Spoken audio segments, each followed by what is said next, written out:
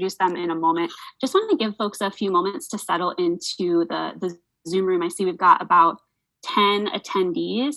Welcome and thank you for being here. I just want to give folks a few minutes, and also to ensure that we have a quorum of the committee members. We're still waiting for at least one more to have a quorum. So thank you for being here, and welcome. So we'll just give it a moment, take a brief breath while we wait for John to arrive. Thanks everyone for coming today. All right, I'm just gonna see. I don't think John is here yet, and Maritha was running late. We have 5 members of this committee, so 4 is a quorum. Welcome everyone.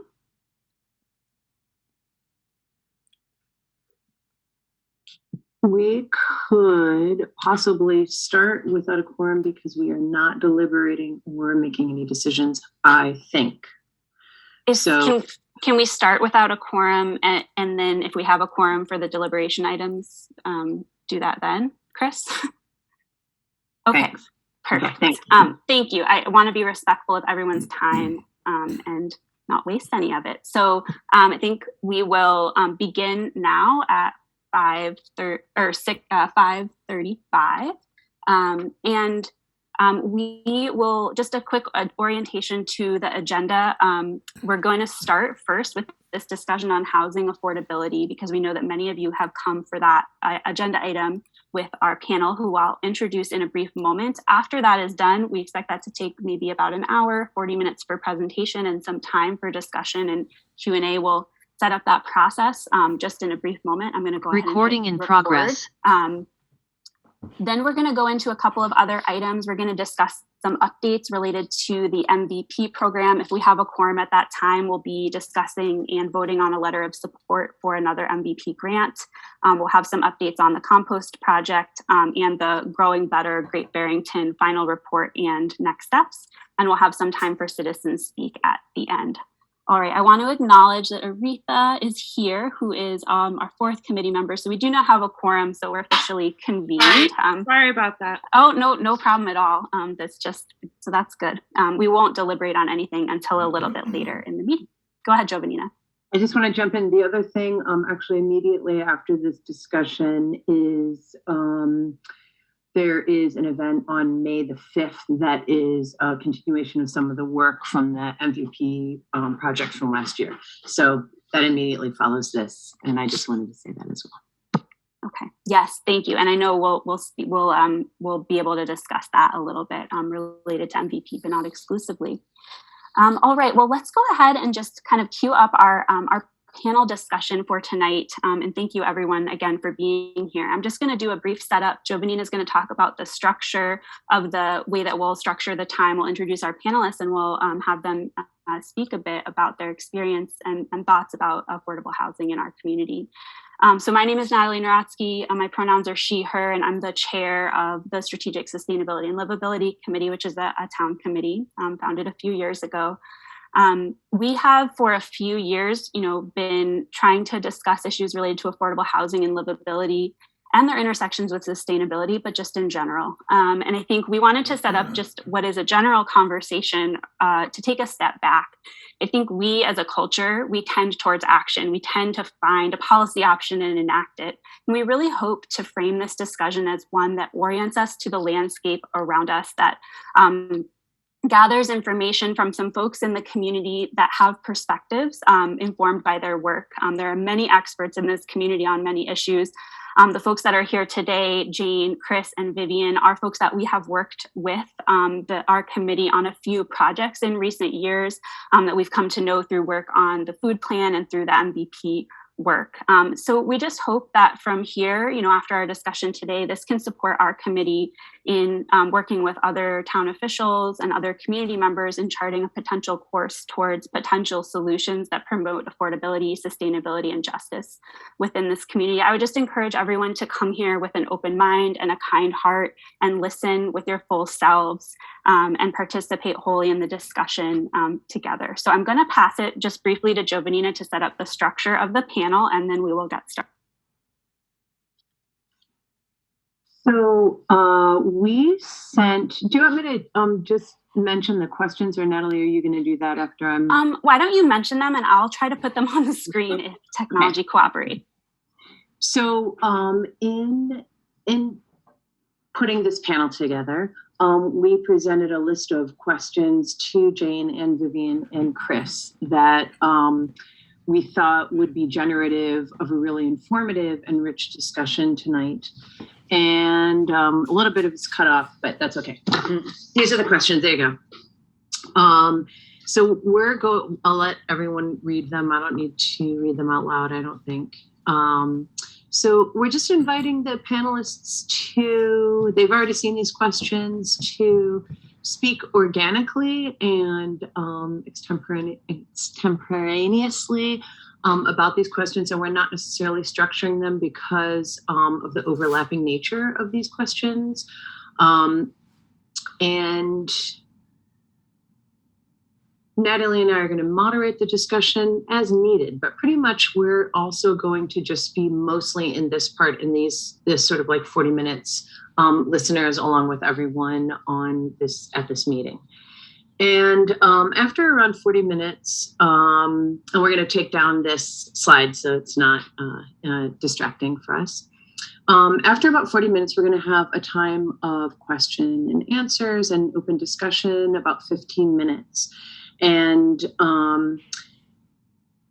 we thought about how to structure that time, because there's quite a few people here and present. And we thought about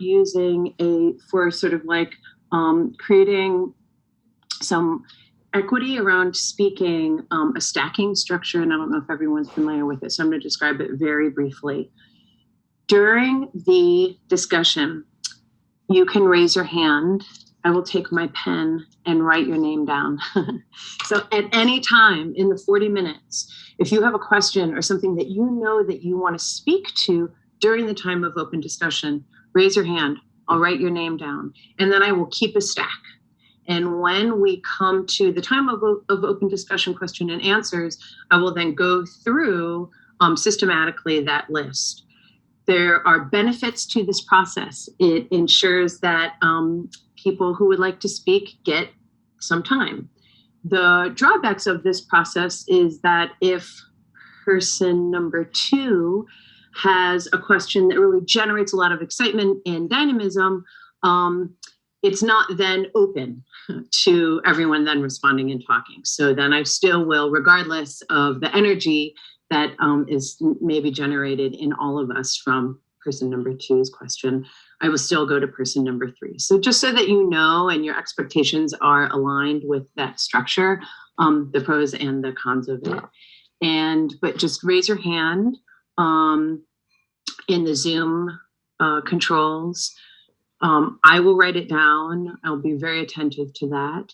And then lower your hand so that I'm not confused that you maybe have 2 questions. If you have 2 questions, I'm going to ask that you, in time, understand that you're going to go to that next part in the stack after other people have raised their hands. Kind of like a list in order. I hope this is clear. And I'll review at the end of this open discussion if needed. Beautiful. Thank you. We've been doing Zoom for several years now, but it's hard to see the energy in the room and see our faces and all of that. So thank you, Giovannina, for developing a process. We'll see how it goes.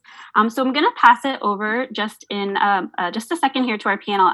They will introduce themselves. They will do a better job than I will introducing them, but just wanted to put their faces up here. We've got Jane Ralph from Construct, Chris Rembold from the town of Great Barrington, and Vivian Orlovsky, who has multiple affiliations as a consultant and the chair of the AdCom with the town of GB. I'll let you introduce yourselves and why you're here, but just wanted to show. And again, we know that I'm looking at the participants panel. There's a ton of folks here who know so much and have contributed so much to the community. And we hope that you can bring some of your thoughts in when we get to discussion. Please put your hand in stack. And we look forward to having a robust discussion afterwards. So with that, we will pass it over to Jane, Vivian, and Chris.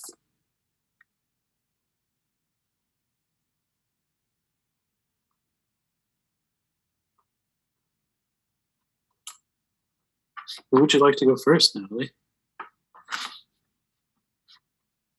Oh, that's a good point. Well, I think we'll go a little organically with how you choose to answer the questions. But why don't we go in the order that I have on the slide? So we'll do Jane first, then Chris, and then Vivian, or at least your opening comment.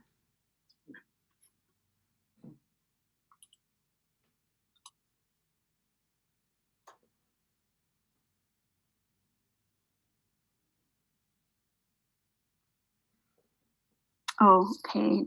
Jane's camera is a black box. I'm wondering if they're having a connectivity issue caused by my screen share. Are you back, Jane? Yeah, I fell off for a minute. I'm sorry. That was from my screen share. We won't do that again, I think. I'm not sure what you missed, but Jovanina just set up the process for the stack, and then we introduced you.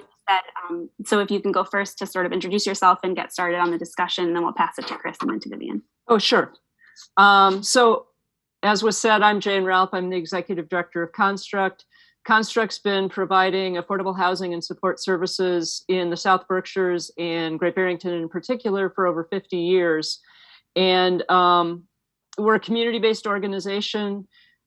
We're seeing just more of what I think we've always seen is kind of the simple answer to all the questions tonight. And part of why we think affordable housing is important is that folks ought to be able to live close to where their kids go to school, close to where they work. Communities thrive when folks can live in the communities they work in, go to school in, access the arts, and that includes folks who are vulnerable and working families and working individuals for that matter.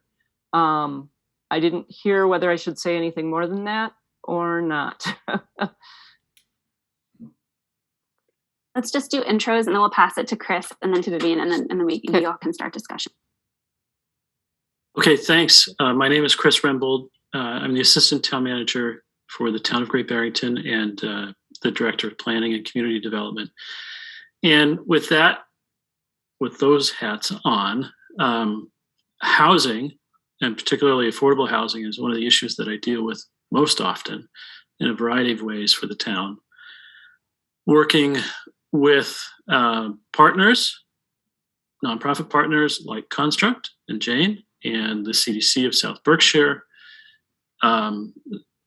with partners like Railroad Street Youth Project, with our committees, our Planning Board, Affordable Housing Trust Fund, this committee, the Agricultural Committee, because so much of our area economy and livability revolves around access to housing, access to healthy and affordable housing, whether it's homeownership or rental.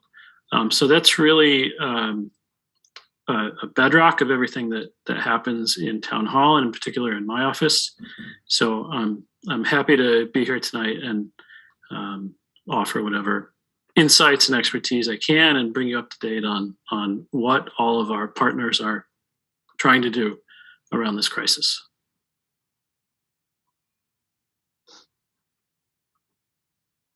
Okay, can you hear me? Am I next? Yes. Okay.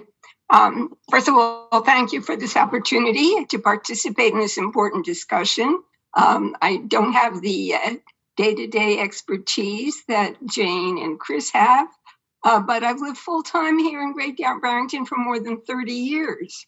And I think it's just about 32 years now.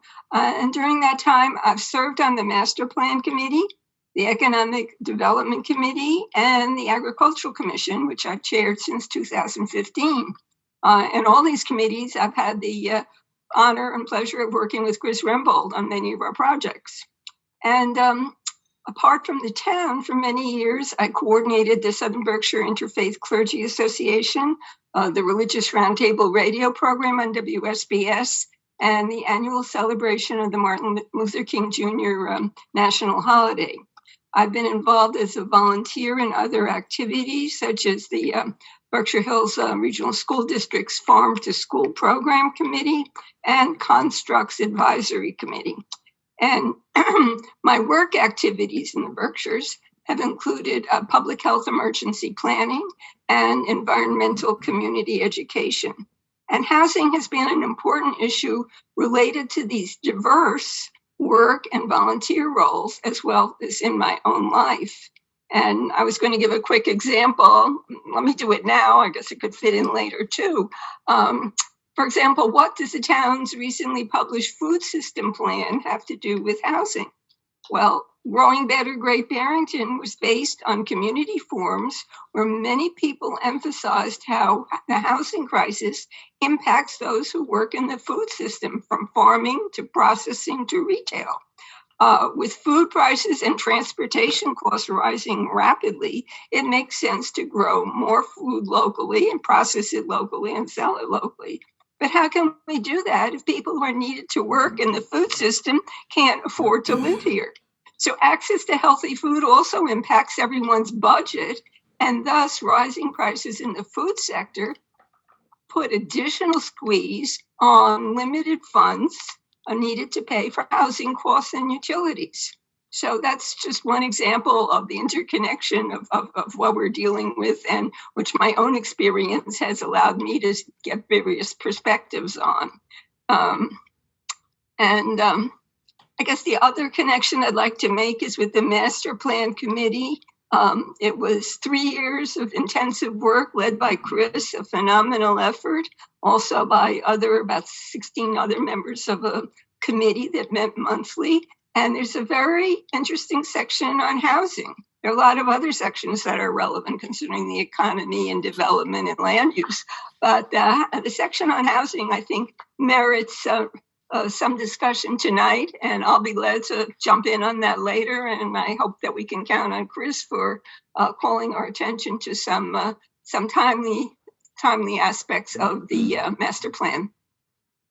Thank you. Well, thanks everyone for introducing yourselves. So we're going to go into our free flow discussion. I might just suggest that, at least for your first comments, perhaps we can do that same order: Jane, then Chris, then Vivian, and then free flow from there. And the first couple of questions, just as a reminder, were: what's your understanding of what's going on right now as it relates to affordability? What are the intersecting forces that impact this issue, which you've already touched on a bit? And what is currently being done to address that? So we'll go to Jane, then pass it to Chris, and then Vivian, and then you can flow organically from there and answer as many of these questions as you'd like and are able to. Thank you. Thanks, Natalie. So the pandemic basically took a situation that was already tight, a tight housing market, especially for affordable and workforce housing, and just exacerbated all of that. It exacerbated the economic challenges, sustainability for not only tenants and people who pay mortgages, but also landlords. I was in full support of the eviction moratorium, but in the South Berkshires, that meant a lot of mom and pop landlords were really struggling and to make ends meet so that they could keep paying their mortgages, so that they could actually provide a place to live for their tenants.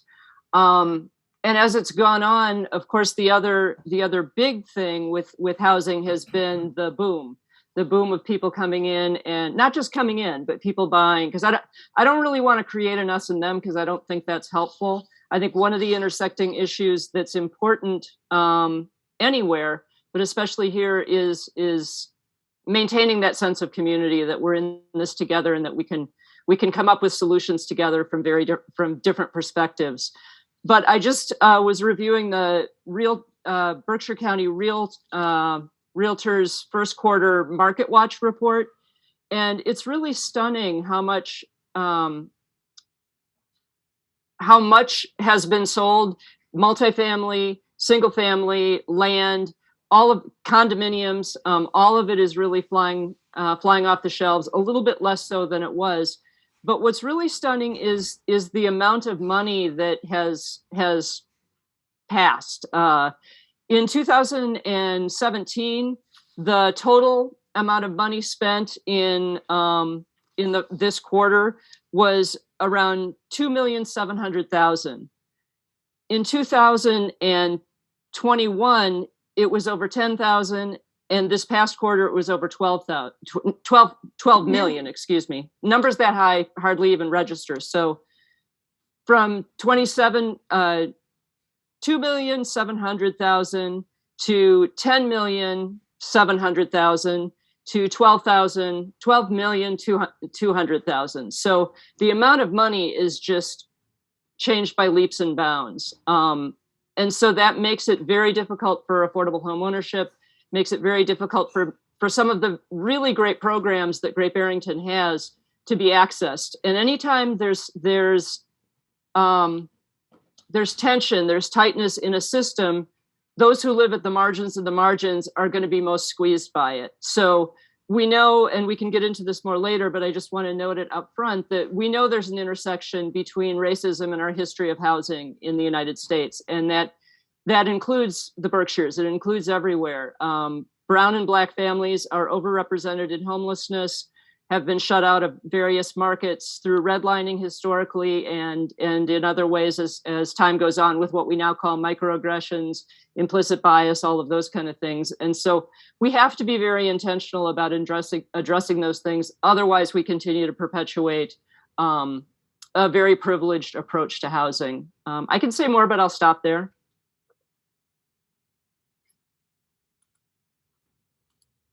Can you hear me okay? Yes. Yes. Can you hear me okay? Wait. Can't see you. Oh, there you go. We can. I don't know if there's a slight delay, but try and we'll let you know.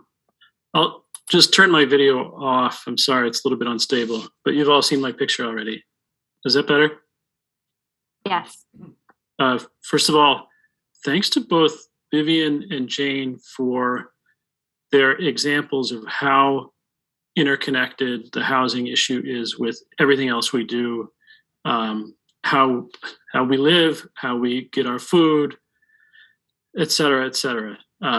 When we talk about housing numbers and prices and incomes, we focus on the dollar signs and the number figures, and we think in very personal terms sometimes. And both Jane and Vivian went right into the system as a whole, and just how important and wide-ranging how important housing is. Before I give you some horrifying numbers to piggyback on what Jane did, so what are we doing to address the housing crisis? First of all, conversations like this are fantastic. The town has a lot of active programs going on. Before COVID, the planning board in particular and other organizations like the Housing Trust Fund have had innumerable successes in regulations, in funding. So the Community Preservation Act and the Housing Trust Fund have funded a lot of affordable housing activity over the last 8 years. These are real successes. We've rewritten the zoning bylaw to allow for the creation of more housing units in various places, particularly in walkable places where you can get to transit, you can get to the senior center or other facilities that you might need. So those are big successes, and we should pat ourselves on the back. Our nonprofit partners like Berkshire Housing, the CDC, Construct have built 100+ rental units. That's tremendous. That is absolutely tremendous. But here are the scary numbers. And COVID has made it all worse. By some estimates, the actual income that a two adult, 2-person, 2 children household, so a total of 4 people, need to live pretty well. The sort of cost of living in Great Barrington is about $140,000 a year. Needless to say, most of us don't approach that. To afford about a $300,000 home, you need, let's say, $90,000 per year. These are just rough numbers. In 2019, according to the Berkshire County Board of Realtors, for Great Barrington, the average sales price of single-family homes, I think this is single-family homes, was $411,000. So already we're in a hole. In 2020, it jumped from $411,000 to average sales price of almost $600,000. Mm-hmm. And in 2021, the average sale price for Great Barrington was $652,000. In 2018, the difference between the census estimated median income for Great Barrington, median household income, census estimates that at 56,000 thereabouts. That's the median. Remember what I said about the kind of cost of living and what a household of four would need, 140,000. So the census says median is really around 56,000. So we're already in the hole. The median sales price in 2018 for a single family home was $345,000. The typical household can't touch that. In fact, they're to the negative $130,000. It's just simply not affordable. It got worse in 2020, where the median sale price went up again, as I said, to 466 or thereabouts. So the difference between what a household can afford and what's actually out there was $253,000. And in 2021, it went up again. That gap went up again. It worsened, it deepened. The median listed price in Great Barrington in 2021 was $510,000. That's a difference of almost $300,000 between what a typical median household could afford and what is actually out there on the market. So that's really, really scary. What was a crisis has gotten terribly worse. As both Jane and Vivian said, this is the impacts of this type of crisis, whether it's in ownership or in renting units, is felt across the board. We know that those impacted by the crisis, those frontline workers, are impacted often first, worst, and longest, as we've said over the last few years of our climate change and vulnerability training. We know that farmers who are on limited incomes can't afford to farm, even though we all need access to local fresh food, particularly when supply chains are stretched and fuel prices are high. We know that landlords still need to keep those housing units healthy and clean and operable. So this has just a snowball of impacts. Where else should I go? What have I missed? Or should I turn it over to Vivian before I get too dark?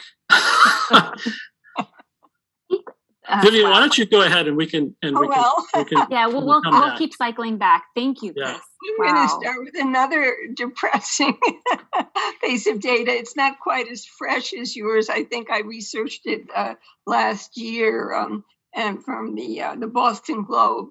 A little bit of a different. Often the affordable housing issue focuses on people in the workforce, and rightly so. But there's a whole nother layer of affordability challenges for those who are older and longtime residents often. And the Boston Globe reported that Massachusetts tops the nation in a new index of economic insecurity for elders living alone. And about more than 6 in 10 or 60% fall short of having enough income for just living expenses, food, housing, healthcare, and transportation. And this is called the Elder Economic Security Standard Index that was compiled by the Gerontology Institute at the University of Massachusetts, Boston. And for couples, it's a little bit better for older couples, but the state ranks third in the whole country after Vermont and New York in economic insecurity for seniors in two-person households. So that's nearly 30% of two-person households who are seniors fall below the livability level. So 60% for the singles and 30% for the two-person households. So even though, as I say, we certainly should have a focus on our younger people out of school and entering the workforce, or those who are already in the workforce and want to move from a rental to for example, to buying a house or being able to afford a rental, that's not the whole picture. There's a whole generational aspect to this that I think also needs attention. And I say that representing that generation myself.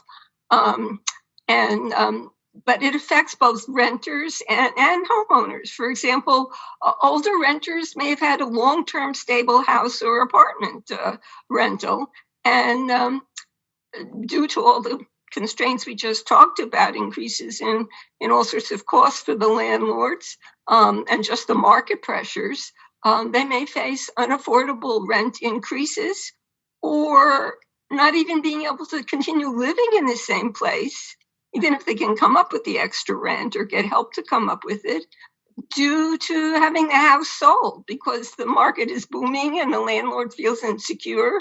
And one way out for the landlord is just to sell the whole house or the whole, multifamily building or something like that. And then you'd say, oh, well, but many longtime older residents have had a chance to own their own home from the times that things weren't so extreme and more people could afford owning homes. But retirees who are on fixed income, who may own their own homes, may not be able to continue living in the same house or even in the same neighborhood due to the rising costs of utilities and property taxes, along with the other economic pressures that we talked about, food and transportation.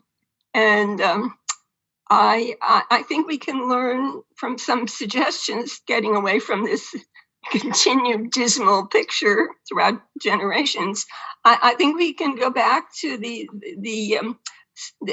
goals and recommendations of the master plan to look for some more innovative approaches, some of which have already been accomplished, like creating the Affordable Housing Trust Fund, which was back in 2010 to 2013 when we were writing the master plan. That didn't exist. That came later. And also promoting an accessory dwelling unit program for zoning. That didn't exist, and now we have that. But I think there are ways to expand on some of these suggestions, and I'll get into that later. I don't want to take too much time now. Yeah, thank you for those. Wow, I'm not going to respond to all of what you laid out, but thank you for sharing numbers, which I think back up so much of what we see. And when we talk to our friends and family and we see what's going on in the community, numbers tell powerful stories. Feel free to take the discussion anywhere that y'all would like to go, but would love to hear, especially as you can, just what is currently being done to address this issue, what's going on at town meeting coming up, any updates on use of town infrastructure funding. Feel free to go wherever you'd like, but would love to hear more about what is currently being done that you all may be able to share. One of the things I'm really excited about, well, it's more than one thing, but Great Barrington really has done a great job of responding quickly to the COVID crisis, and especially the rental crisis.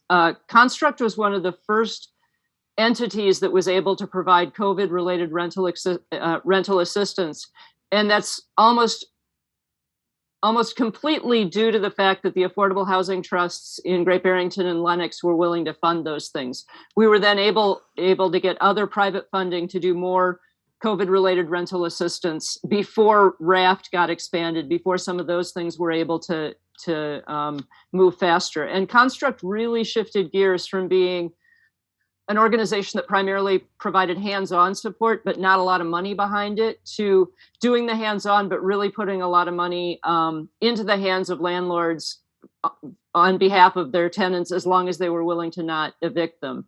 That was fast. That was early on. That was like the Housing May Trust 2020. was funded, and they were able to fund the emergency rental program, and that was a huge success early on. And we're still going, because there still are people that either have difficulty accessing RAFT or are not able to access RAFT. So that's been a really positive shift that we've been able to make. And I think our use of technology, in spite of the fact that I keep falling off Zoom, has really helped our ability to reach people who need to stay home for health and safety reasons. And I concur with Vivian that there are many more seniors seeking our services and wondering if they can stay in the home they're in, whether it's rental or a home that they own, and not knowing what they're going to do if they do have to move out.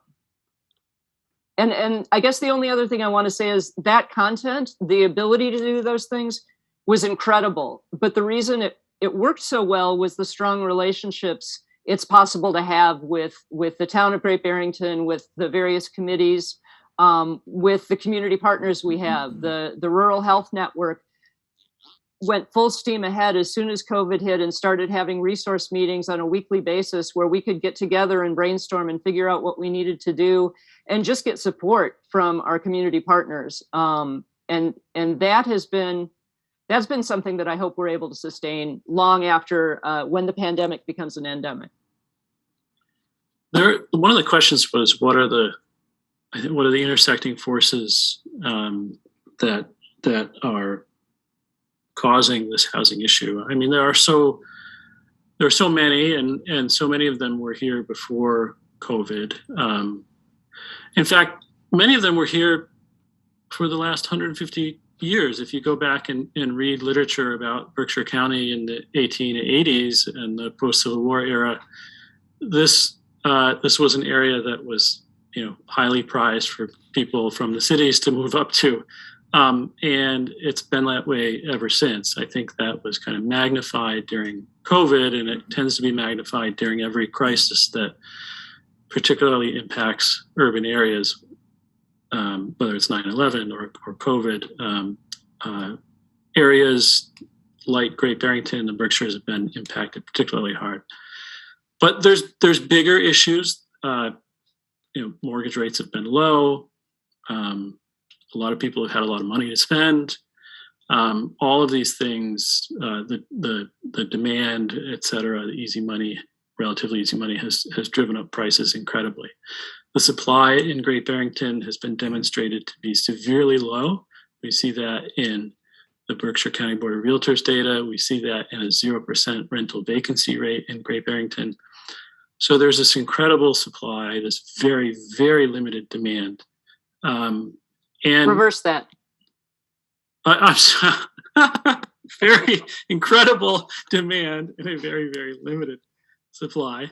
Just checking to see if we're listening, huh? That's right. Yeah. I was going towards I heard it the right way. I was going towards the rosy future already. I skipped the hard work. So we have to address all of these things.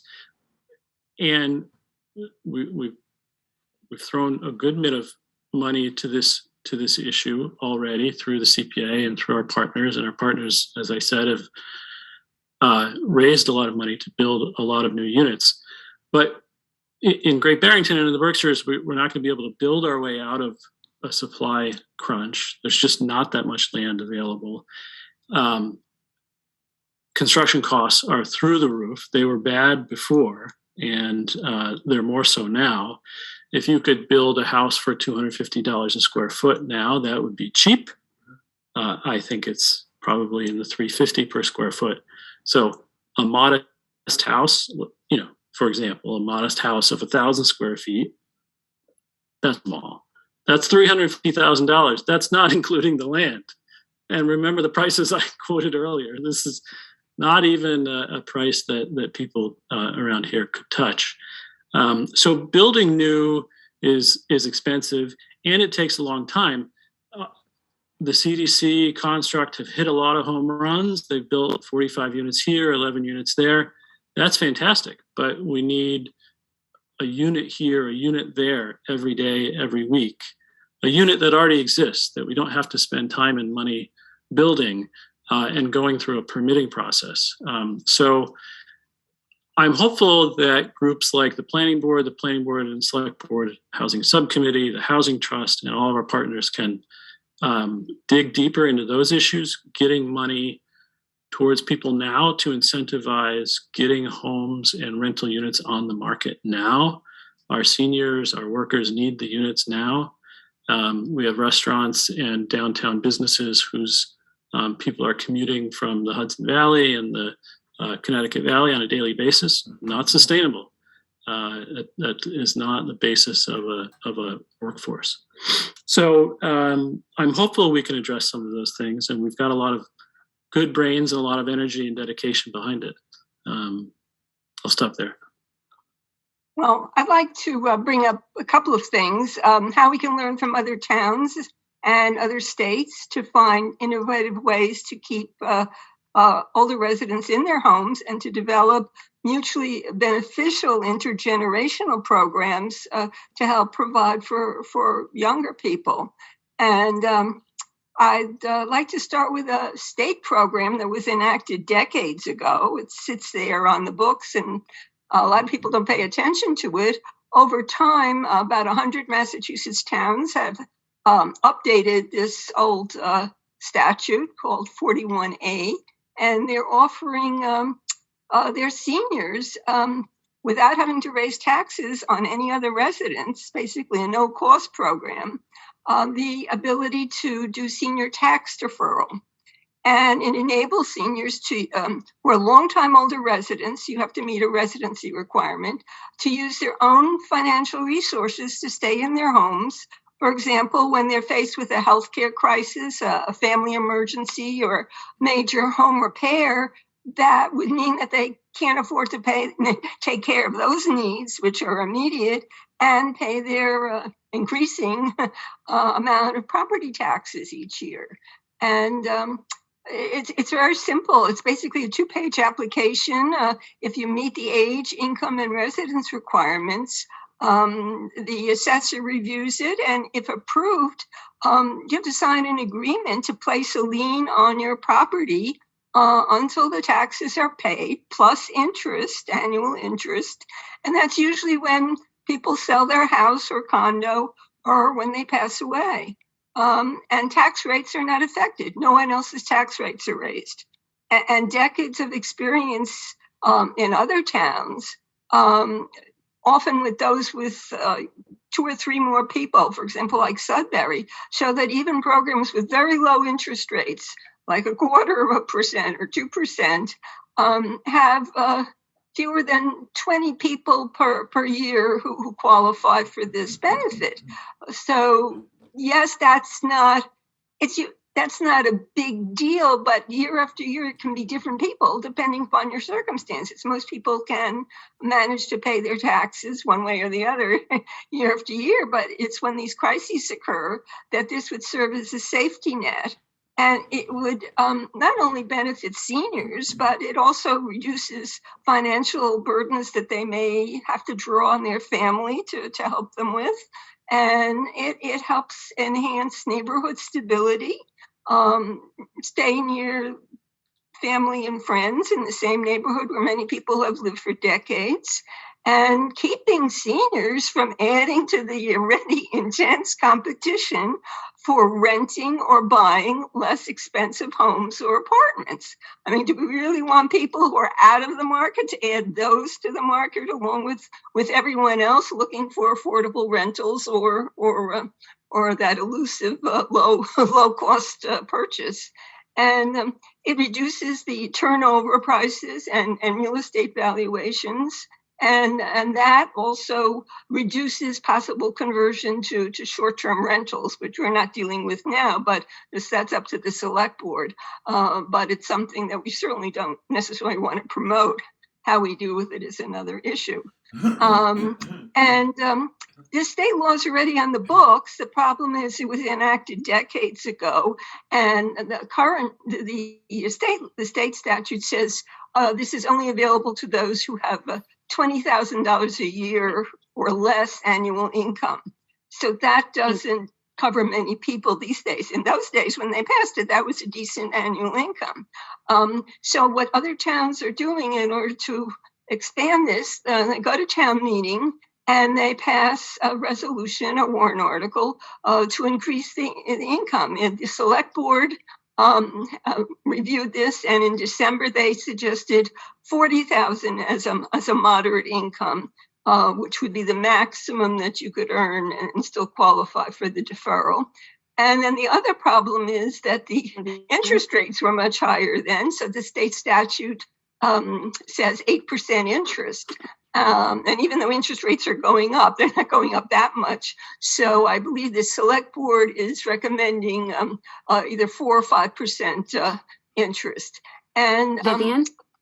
Yes. Oh, I'm sorry. I didn't mean to interrupt. If you could wrap up this point, I want to move on to a few other points before we move into Q&A. I didn't mean to interrupt, though. I just one or two things to add so that people know what to expect at town meeting. So yeah, at town meeting, people will be asked to follow these recommendations, which not only come out of the Select Board and the Finance Committee, but were reviewed by the Affordable Housing Trust Fund, the Council on Aging, the Select Board and Planning Board Subcommittee on Housing, and they all unanimously endorsed it.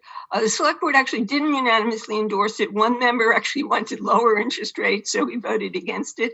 But otherwise, it seems to be consensus that this doesn't cost the town anything. It doesn't raise anyone's taxes, and it's actually a way of allowing people to help themselves, essentially. Previously, this was endorsed by an editorial in the Berkshire Eagle, and the Massachusetts Council on Aging for the state, and the Governor's Council to Address Aging in Massachusetts, and the Boston College Center for Retirement Research did an extensive study and encouraged a much more active statewide program along these lines. But they certainly, I've been in touch with them, and they certainly encourage local governments to do what they can in the meantime. That's it.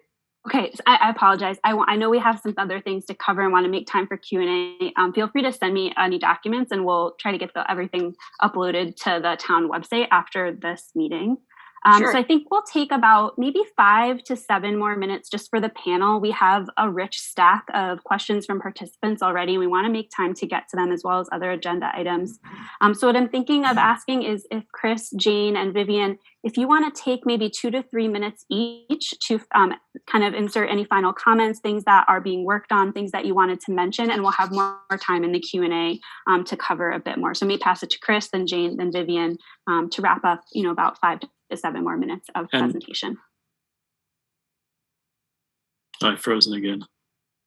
No, we can hear you. I think we can hear you. Maybe he can't hear us. Can you hear me okay at this point? Yes. Yeah. Yes. Sorry. I have to keep stopping my video, so I apologize. So part of Vivian's description of that program is, it's really important to keep people who are in their homes affordably, critical. So I think there's a number of other things that can be done on that score. And I'm excited that the planning board and just received a grant for some technical assistance to look into this. How do we incentivize people who, there may be seniors, there may be households in town who need to stay in their homes. They need money for repairs. Homes in Great Barrington tend to be really, really old. Energy hogs, they're expensive to heat and maintain. So getting low or no interest loans to people who qualify as seniors or low or moderate income to make repairs is critical. How about incentives to rent units, accessory units, or portions of homes to low or moderate income households? Only one other town has done that, I think, through a property tax abatement or incentive. I don't know what the right word is. And that's Provincetown. It takes special state legislation to do it. So it's something that we can look into. Incentivizing, providing funds for households to look at how to build an extra unit, an ADU, an accessory dwelling unit in their yard, going through the permitting process with them. Once that unit is built, maybe the increased taxes on that land can be phased in. So people aren't, so cash can get to people who need the cash and can create a unit, and then they're not demolished by the taxes that come with the extra unit. So things like that, I think, should be looked at, and I'm happy to say the planning board will be able to do that. Those are some of the efforts that we're looking at. I'm also interested in things, other very heavily touristed areas like Rocky Mountains and Seacoasts are dealing with issues that we're dealing with, and they're looking at things like purchasing affordable housing restrictions on homes. So if I'm a household that needs cash now, the town would purchase the affordable housing restriction. I would get the cash in hand, and in return, that house would be then permanently affordable. It's similar to buying an agricultural preservation restriction to preserve farmland, or a historical preservation restriction to preserve a historic building. In this case, you're simply purchasing future sales proceeds up front. So things like that, I think, could be really helpful. It takes money. It takes buy-in from partners, boards, committees, and particularly town meeting. But there are tools out there. And we have a lot of, as I said before, a lot of people around this issue who can help. So I'll pause there. A couple of things I would love to see are is more. The mechanism would be getting more funds into the hands of the Affordable Housing Trust, which can more nimbly respond to issues as they come up. So I think that would make an awful lot of sense. One of the barriers for Construct creating more affordable housing is being able to actually acquire the property, whether it's to renovate a property or land. If we can't be competitive and get in there and get site control, then we can't go after the funding, because that's a longer process, but you have to have site control to do it. And so if there could be, one of the things that the CDC of Pioneer Valley has done is create a revolving housing development fund. So they can tap into that to get that down payment, to secure the land, get an acquisition loan, and then basically pay themselves back so that that money can be used again and again and again. And I think a town the size of Great Barrington could potentially have that housed at the Affordable Housing Trust, and then many of us who do affordable housing development could access that. I think that would help a great deal.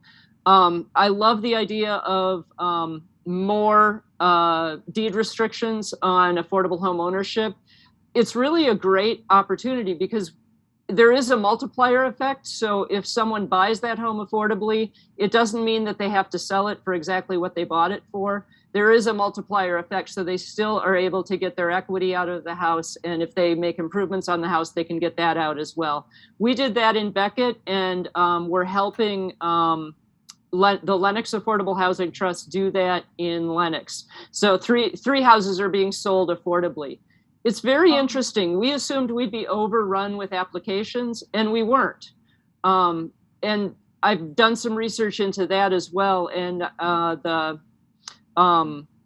Habitat for Humanity of Addison County in Vermont, among others, has found the same thing, that there just isn't the consumer confidence that you might expect. Somebody may be paying more than they can really afford in rent, but they've learned how to do that. And so the thought of actually making this huge investment in a piece of property is just something that's too overwhelming in this climate. And so finding ways to work with our financial institutions to increase consumer confidence that this could be done. There are lots of programs out there that make it affordable. Smitty Pignatelli earmarked some funds that we're administering to help make it more affordable. So the help is there, but it's a daunting thing to buy a house, and especially the first time.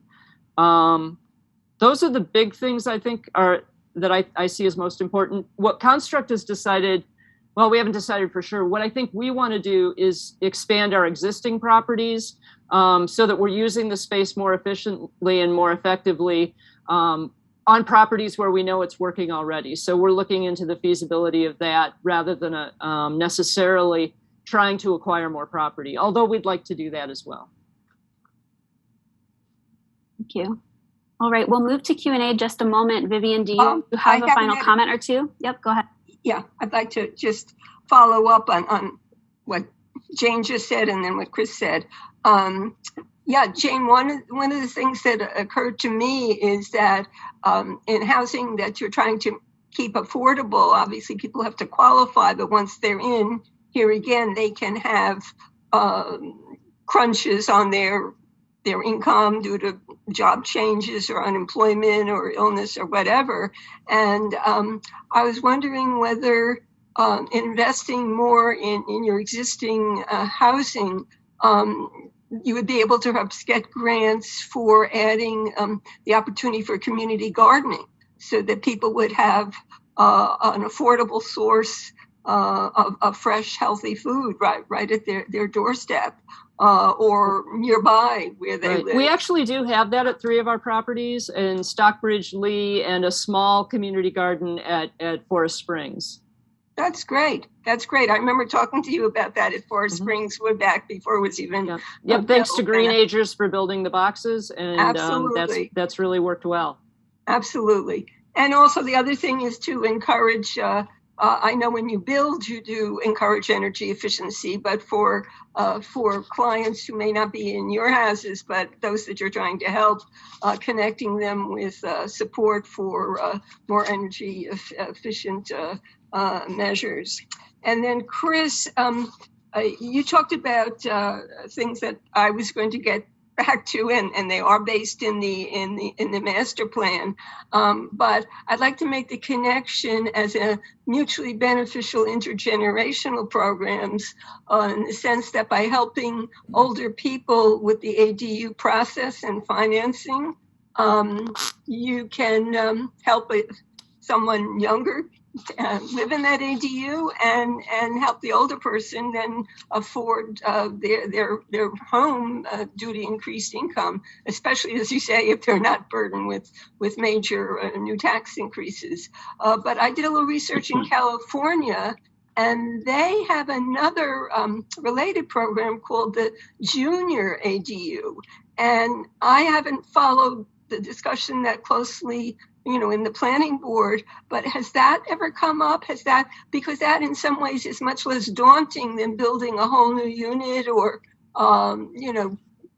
doing a big extension on the original house. It's taking part of one of these older, larger houses and doing some less expensive work to create a separate living area, often with an efficiency kitchen, sometimes with a bathroom, or sometimes the statutes in California allow even shared bathrooms. And as long as they meet certain minimum criteria, it's not like having a roommate because there is a separate space, but it does provide a living space and income. Yeah. Well, the planning board has been really proactive looking at maybe not necessarily what did you call it? Tiny ADUs. I'm sorry, but junior ADUs, but ADUs in general. Looking at little things that most of us wouldn't really think of, like how much of a typical building lot can you build on, and do the requirements of that, those types of requirements, do they restrict us from adding that little bit onto our house or adding a floor to our garage? So we haven't called it junior ADUs, but the planning board's work and research and efforts have focused on, where it's possible, let's allow that type of construction to occur. So, now I think it's incentivizing that construction and yeah, absolutely. I think it will be the next step. Yeah. Yeah, California does a lot with grants and technical assistance and really holding people's hands, so to speak, through the process, because it's often older people who have a house that can be used for this. It would be great. Yeah. There's already some businesses in town who are looking at ways to house multiple employees in one spot, shared kitchens, shared rooms, etc. Oftentimes reusing existing buildings if they can find them, but looking at kind of non-traditional and intergenerational setups. Yeah. Awesome. Well, thank you to the three of you for that amazing set of information. I am overwhelmed and inspired and have a lot churning. I'm going to pass it to Giovannina now. We have quite a stack going of questions, and she's going to facilitate about 15 minutes of Q&A after the panel. So I'm going to pass it to you, Giovannina, to do that part. And thank you again, the three of you, for bringing the wealth of information to all of us tonight. We don't have actually a large stack, which it might grow as we move into this next part of this aspect of our meeting. So the first person is Eileen Mooney, and then Carrie Ann Petrick, and then I'm third on the stack. And I will definitely still keep track. So if, again, as people are talking, if other questions arise, raise your hand, I'll keep track and I'll call on you. Eileen, I just gave you a permission to speak. So you may need to unmute yourself, but you should be able to jump in. Okay.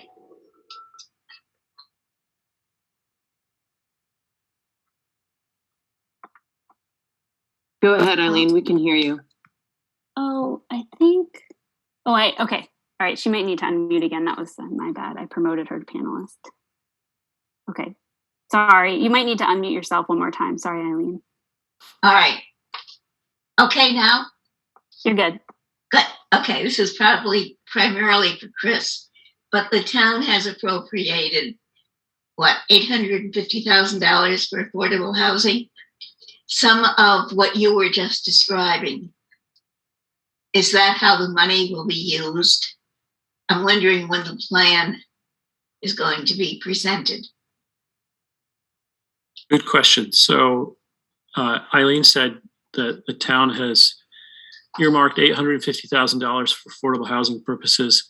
That is through the ARPA, ARPA, or American Rescue Plan Act. Those are the federal recovery funds that have gone to states and counties and municipalities. A week or so ago, the select board in Great Barrington adopted staff's recommendation that the bulk of the first round of our ARPA funding, the ARPA total is over $2 million, and we recommended a first round of funding of $1 million.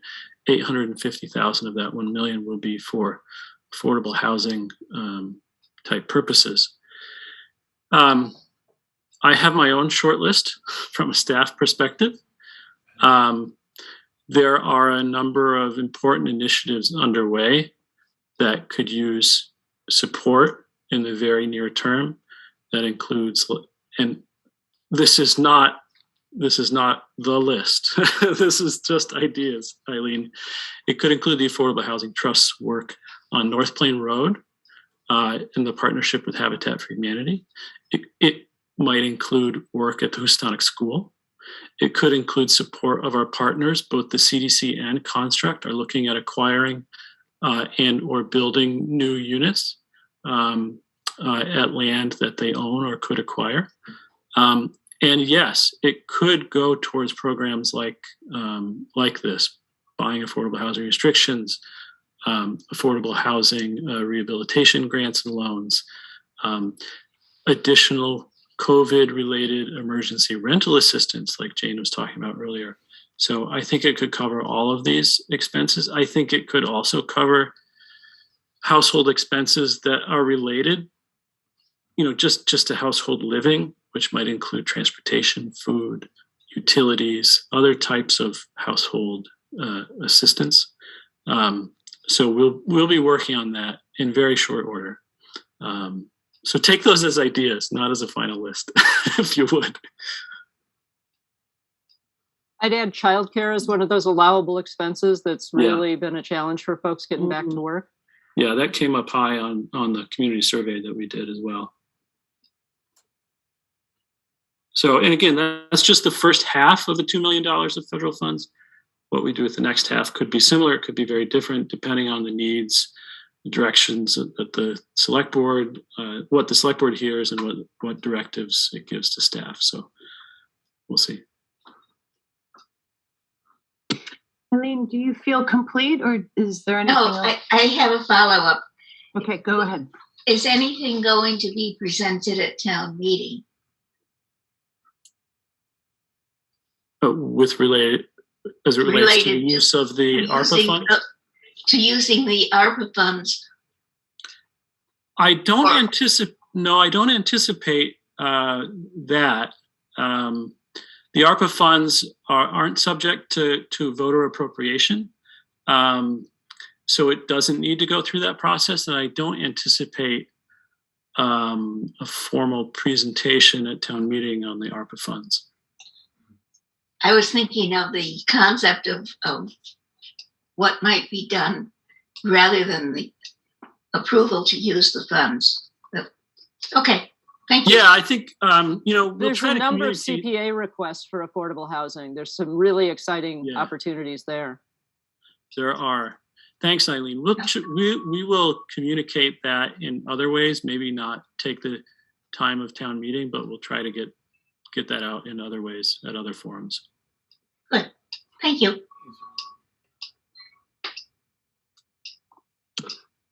Eileen, do you feel complete? I'm complete. Mm-hmm. Sure. Then Carrie Ann.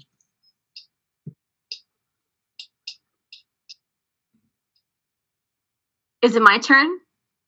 It is your turn. Welcome. Oh, great. Thank you. My name is Carrie Ann Petrick. I serve Great Barrington as the regional coordinator for the Municipal Vulnerability Preparedness Program, and I live in New Marlborough, Massachusetts. And this conversation has been really interesting to me, and in my role as regional coordinator working with the 51 most rural communities of the state, I'm pretty familiar with how so many problems face multiple municipalities, but because of how municipalities function, we tend to get very locked into our municipal borders.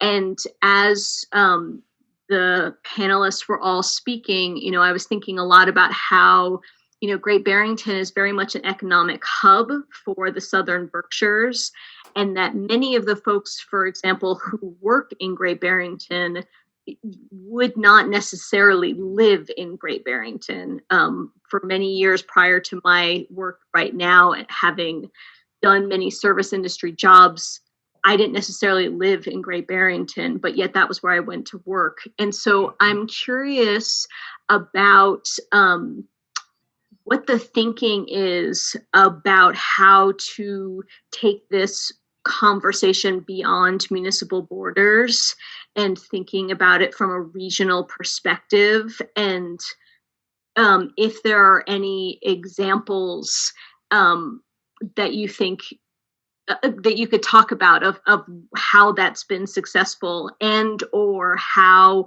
individuals from outlying Great Barrington communities can help support those types of initiatives. I'd like to hop on that first, if that's okay. Another silver lining, and I don't know that it was of COVID, but that we started working on at the beginning of COVID, was a regional plan for the Berkshires to address housing needs more broadly, not just affordable housing, workforce housing, housing at all levels. And recently, a housing vision for the Berkshires came out. One Berkshire really led the charge in that. Chris and I were both involved with those discussions, and there will be ongoing work across those borders, not just within the South Berkshires, but across the county, which is really wonderful.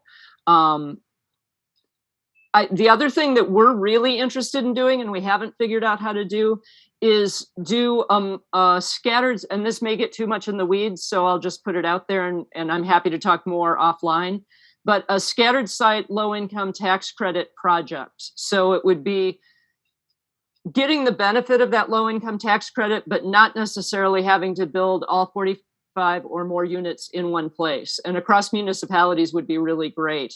We're in conversation with some folks about how that might work, but we haven't quite figured it out. The challenge with that is if you're doing a LIHTC project, that means you end up being a for-profit entity.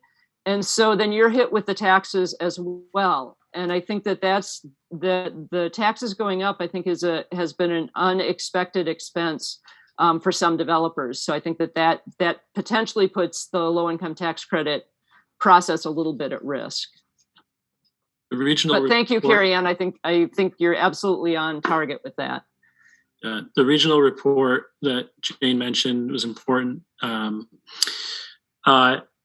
want to shift it also a little bit to let folks know that one of the things that was identified in our MVP, municipal vulnerability preparedness process, in addition to housing, in addition to food access, in addition to access to parks, was transportation. That is definitely a regional issue, and it helps those folks who live in outlying towns get into Great Barrington and to employment centers. So we're working on that as well.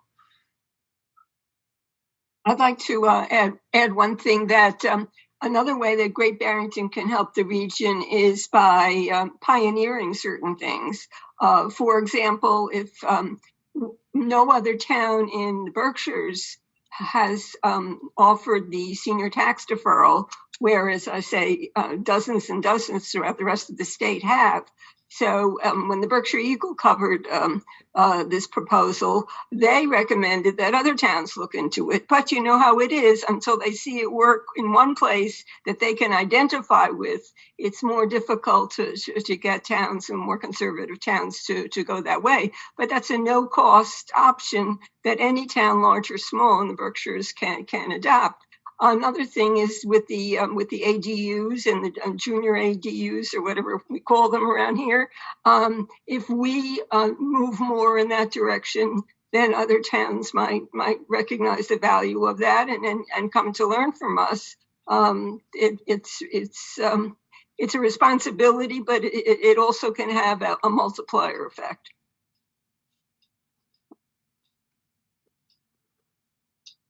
Karen, do you feel complete? Is there anything that you would like to add? That's a deep question, Giovannina. Okay, well, limited to this discussion. I mean, I would just like to say that at some point, if there was like a group that was interested in having a conversation thinking about the relationship of climate adaptation, climate migration, and affordable housing and those intersections, I would be very interested in that. Those are conversations that I am having in some of my other communities. And I think that there, with some very specific focus, that there could be some interesting opportunities to move that conversation forward. We would love to be part of that conversation for sure. And I would love that, Jane. Now I feel complete, Giovannina. Thank you. At least for this existential moment. Exactly. So I'm noticing the time. I'm going to put my question out there.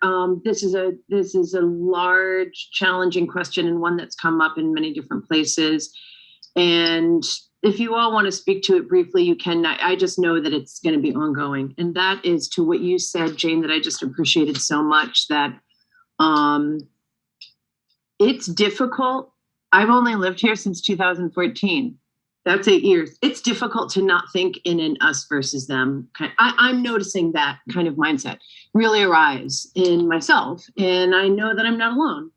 And so I really appreciated that you said so clearly that's not helpful. And I agree with you. And so how can this be a we conversation where people who have moved here because it's many things that people value also, become aware of this particular and other really crises that they are now in a community that is trying to address.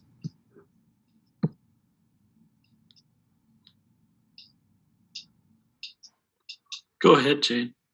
Thanks. For once, I'm actually trying to think before I open my mouth to speak. I think it takes relationship building. It takes community engagement. It takes listening in very particular ways when it gets uncomfortable. It requires being willing to be uncomfortable with ideas different than my own. I think why that's going to be possible and is possible here in the Berkshires is I think it's a pretty hospitable place. folks like their neighbors. Folks want to get engaged in community. I moved here from Vermont a little bit after you did, Jovanina, in 2016.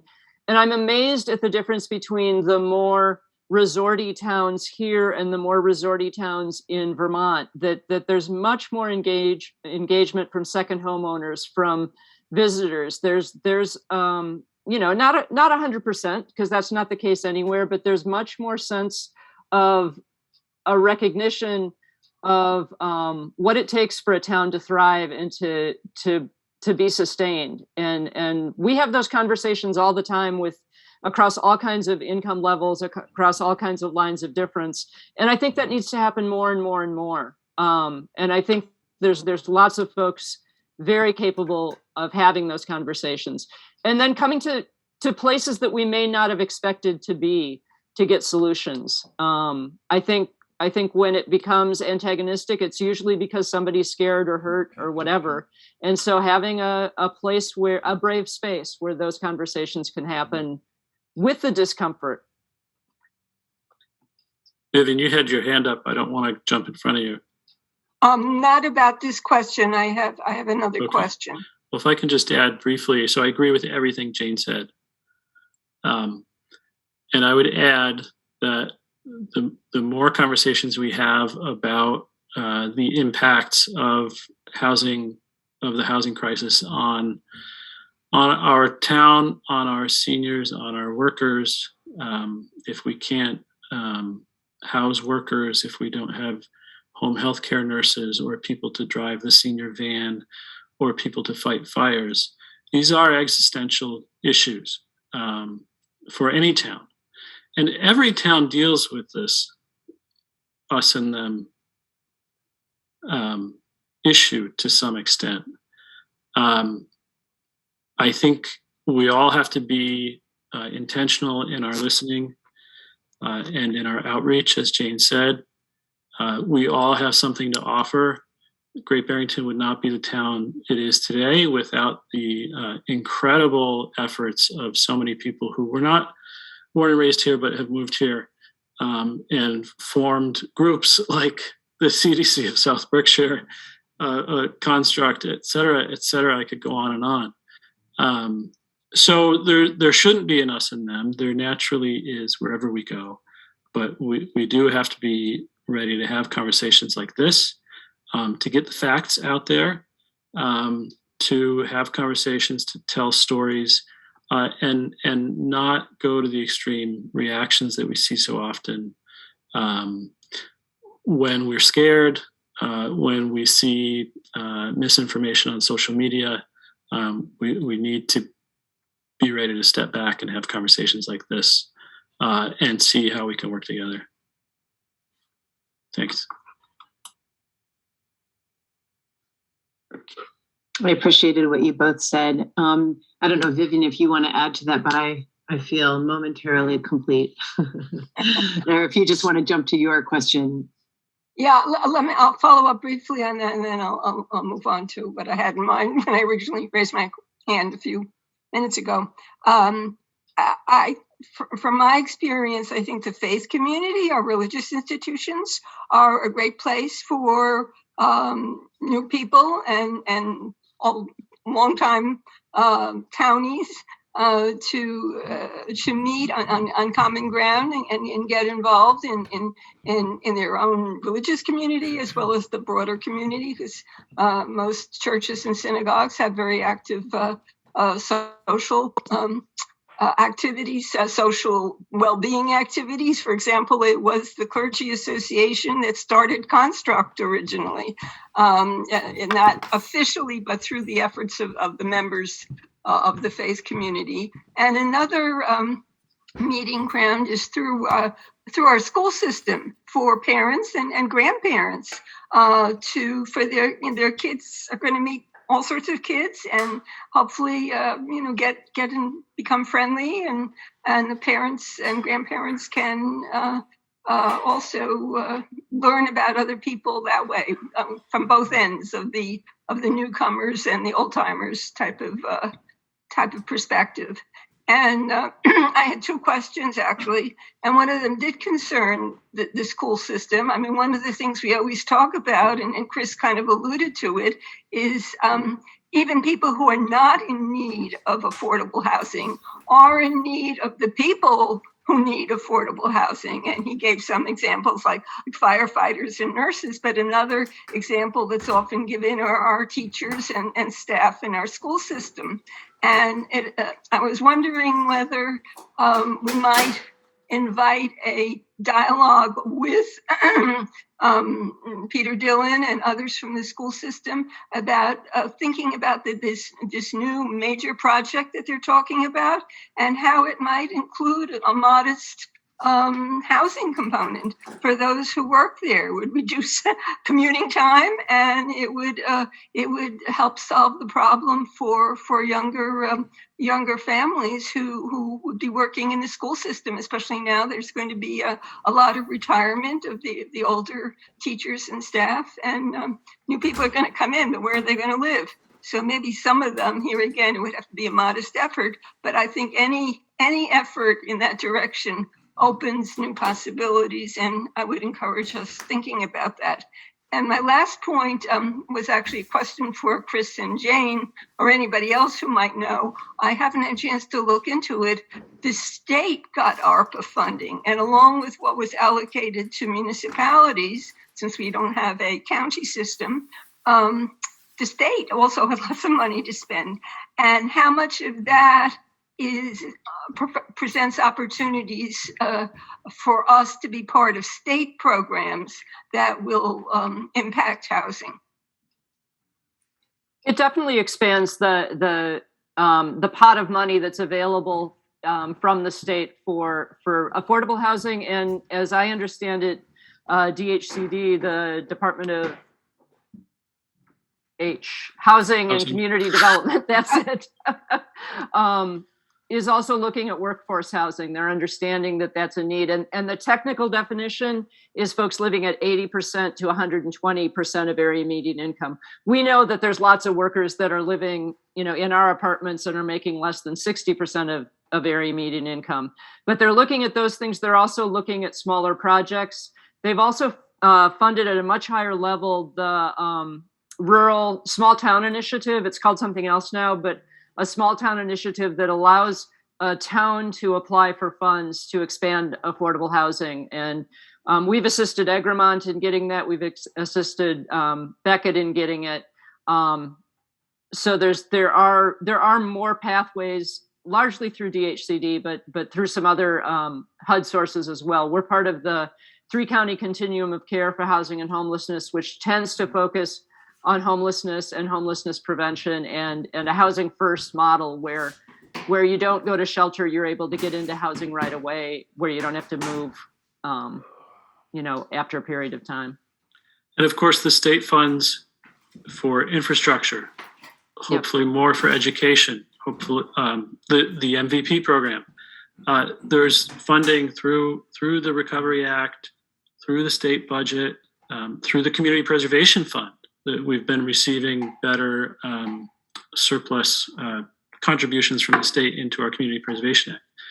So all of that allows us to shift money if we have to the housing crisis, if we don't, if we can get grants in other ways.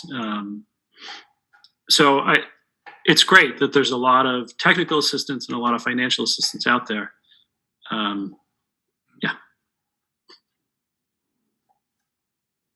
Thank you. Oh, go ahead. No. I was going to say that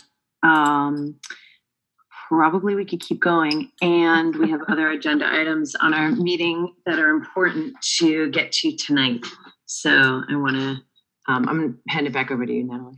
Great. Well, I want to thank Chris, Jane, and Vivian, and everyone for participating in the discussion, for raising your questions, for coming with your whole selves. I work with policymakers all the time, and I'm trying to push down that tendency to what's my list of next steps, and just appreciate all that you all laid out, the data, the information, the landscape, and the intersectionality of what we're experiencing in this community. I'm going to process that for a few days and then really come back to all of the suggestions, and hopefully at our May meeting and in conversations with other boards and officials. Really looking forward to seeing what we can do. But you all presented so much rich information, and thank you for being here. And for those who are here but hadn't said anything, thank you for listening as well. So I think our meetings typically go about 90 minutes. We are going to need to go a little bit over. So we're going to adjourn the sort of discussion portion of the meeting around affordable housing. Of course, it is a public meeting. You are all more than welcome to stay, but we're going to kind of conclude that portion and move to a few other items that we have on the agenda. We do have a few items that we need to deliberate on. So I'm going to sort of move us through those items next. Apologies, I have many pages of notes. I need to scroll back up to see what is next. So the next item